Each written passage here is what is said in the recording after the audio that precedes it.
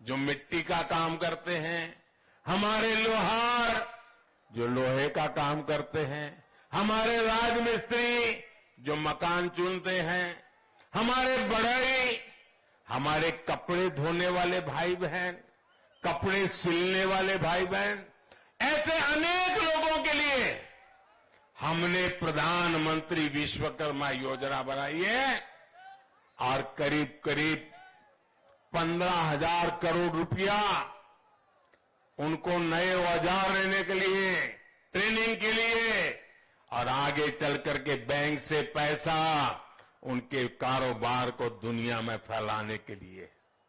इन कामों से भी अधिकतर गरीब, दलित, पिछड़े और आदिवासी परिवार ही जुड़े हैं। इस योजना पर भी केंद्र सरकार करीब करीब 15,000 करोड़ रुपया खर्च करने जा रही है। मेरे परिवारजनों, मध्य प्रदेश में यहां कांग्रेस चुनाव नहीं लड़ रही।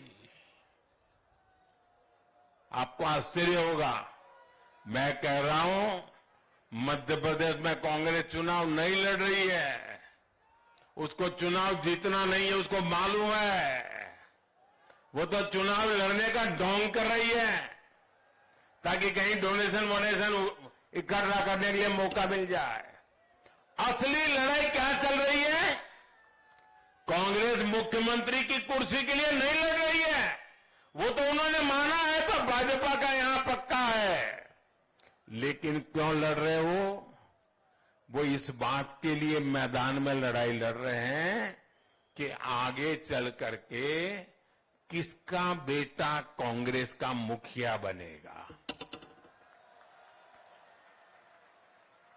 कपड़े फाड़ने में लगे हैं, एक दूसरे के कपड़े फाड़ और लड़ाई यही है कि इसका बेटा कांग्रेस पे कब्जा करेगा कि उसका बेटा कांग्रेस पे कब्जा करेगा। यहां के दो बड़े नेता अपने अपने बेटों को आने वाले दिनों में सेट करने के लिए मध्य प्रदेश को अपसेट करने में लगे हुए हैं। जिनको अपने अपने बेटों की चिंता है, आप मुझे बताइए, जिनको अपने बेटे बेटी की चिंता है वो कभी आपके बेटे बेटी के लिए सोचेंगे क्या? आपके बेटे बेटी का भाग्य उनको सूझेगा क्या? आपके बेटे बेटी के लिए कुछ करेंगे क्या? तो ऐसे लोगों की कोई जरूरत है क्या? जरूरत है क्या? मध्य प्रदेश के मेरा युवा साथी जो इस चुनाव में पहली बार वोट डालेंगे, उन्हें ये बात खास तौर पर समझनी होगी। कांग्रेस का ना तो अपना कोई भविष्य है और ना ही उसके पास एमपी के युवाओं के लिए कोई भविष्य की योजना है, कोई रोड मैप है।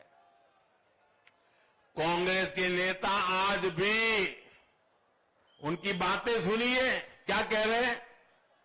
दादा दादी ये किया, नाना नानी ये किया और इसलिए हमें वोट दो क्योंकि वो हमारे दादा दादी थे, हमें वोट दो क्योंकि वो हमारे नाना नानी थे। जबकि भाजपा आपके भविष्य के लिए, यहां के नौजवानों के भविष्य के लिए काम कर रही है।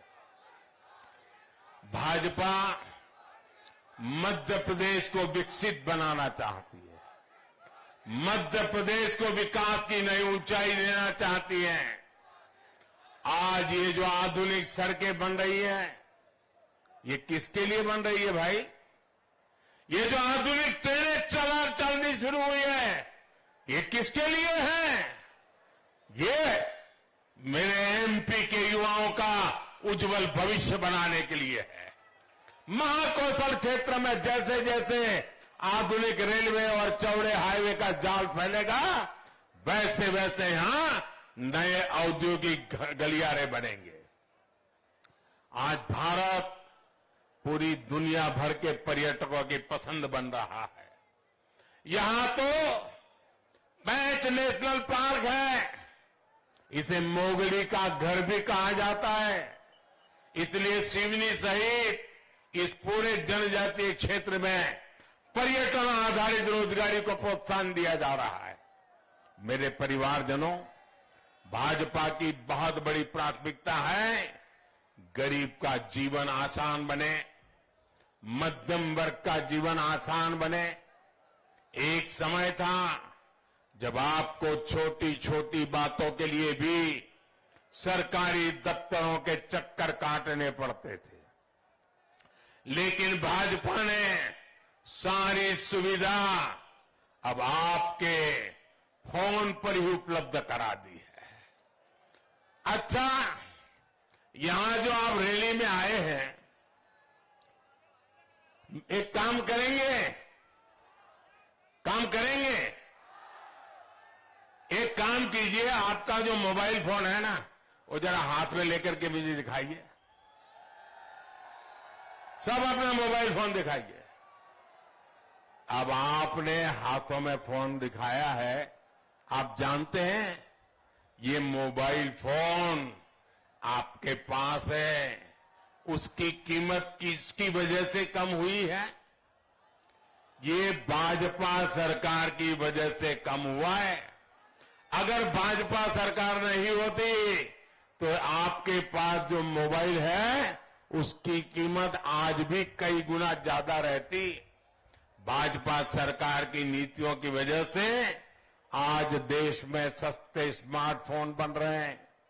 मेरे गरीब भाई बहनों को भी अच्छे फोन उनके हाथ की शोभा बढ़ा रहे हैं।